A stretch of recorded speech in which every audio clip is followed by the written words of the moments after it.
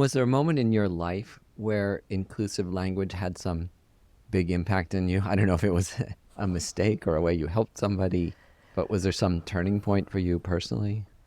I mean, I am so grateful in many respects to the graduate education that changed how I see the world. So, in a lot of respects, even though it was torturous in many ways and so stressful, and I was so impoverished and it was so difficult, but I still see it as a luxury that I could take years to really look at and identify the patterns of the world and see them with clarity. So, I feel like I was in a fog for a long time. And then I got this education, which I continued with self education with my research. And that enabled me to see patterns clearly. And what really happened is with the patterns, I started to see unfairness with a clarity that I hadn't seen before. So much unfairness, so much injustice, so many little cuts, death by a thousand cuts. Some of them are mistakes I put in the book. The book is a short version of my own learning journey, right? This is like I started where many of my readers are coming from. Like, oh, what? Like, they're just being oversensitive, or I wouldn't mind if someone said it to me, or these are all things that I've thought. And then by learning the patterns, learning the impact, it so drastically changed how I understood the world that I couldn't not address the harm that people do in language. Harm mitigation became the cornerstone of my work. So I used to do it in terms of what we call language endangerment and language revitalization. It felt so unfair to me that societal pressures would cause a language to shrink, shrink, shrink, shrink, shrink, and disappear. And all that's lost in that. So that's what a lot of my focus was when I was an academic. But I still would teach these big intro courses where I was just trying to. I had people for 12 weeks or 15 weeks. How can I get you to see the world the way I do? I feel like I have x ray vision. How much x ray vision can I give to people? Because when you can see through to what's actually happening, you can start to produce language that's in alignment with your good intentions.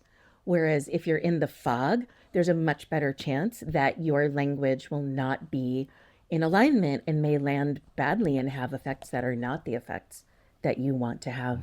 Would be generous enough to share one of those lessons of yours of, something, a way that you spoke that caused harm. I know for me, saying you guys is a great example of that in a group full of, women and other types of people struggling with how to figure out other ways of speaking, in professional settings. But can you share some examples from your own life of that transformation? Sure. I mean, I've got one from the book, which still sits with me. And the thing is that as you are mindful of other people, as you are attentive to other people, I think for many of us, when we inadvertently do harm, it just sticks with us for so long. I'm not even sure how long this thing that I said stuck with the person I said it to, right? But I had a colleague who came in on a Monday and was smiley. And I was like, hey, what's up? You look so smiley. And she said, oh, I had this really good first date. It feels really promising.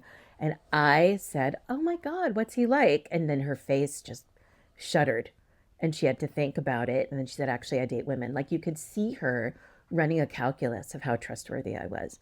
And so I think based on all the other things I had said, um, she could say, okay, I can trust her.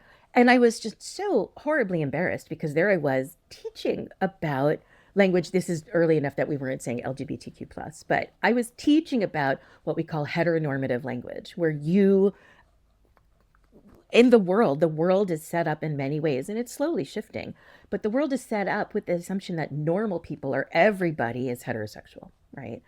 Um, or and the thing we're talking about now more is everybody is a normal person is cisgender, like the default human is cisgender, is born into a sex that aligns with their gender identity or is assigned a sex at birth. And so I just am so grateful to her because it was such a wake-up call that when I went on autopilot, I just assumed I just made an assumption and the assumption was wrong. And so it started to alert me to, okay, there's the theory that I'm teaching, and I'm teaching people studies, but how am I implementing it in my own practice? And conversely, I'll tell you one that happens to me a lot, less now, um, is the word exotic, which feels Mm. very innocuous to many, many people who have not themselves been called exotic. but I could tell you offhand 3 times I was called exotic, and it's already decades ago.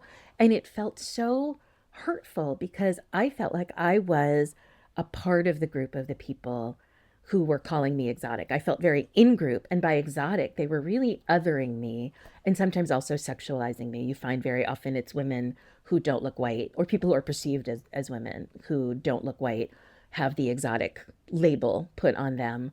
And it can be so unpleasant because you're just like going about your day and somebody drops this bomb on you, like, oh, I see you as different. And it's like, oh, it really stops you in your tracks. So these are 2 small words. I said he is it's as short as a word can get. 2 letters, 2 phonemes, so short. And then exotic, just a single word. And the ripple effects are really serious and really negative.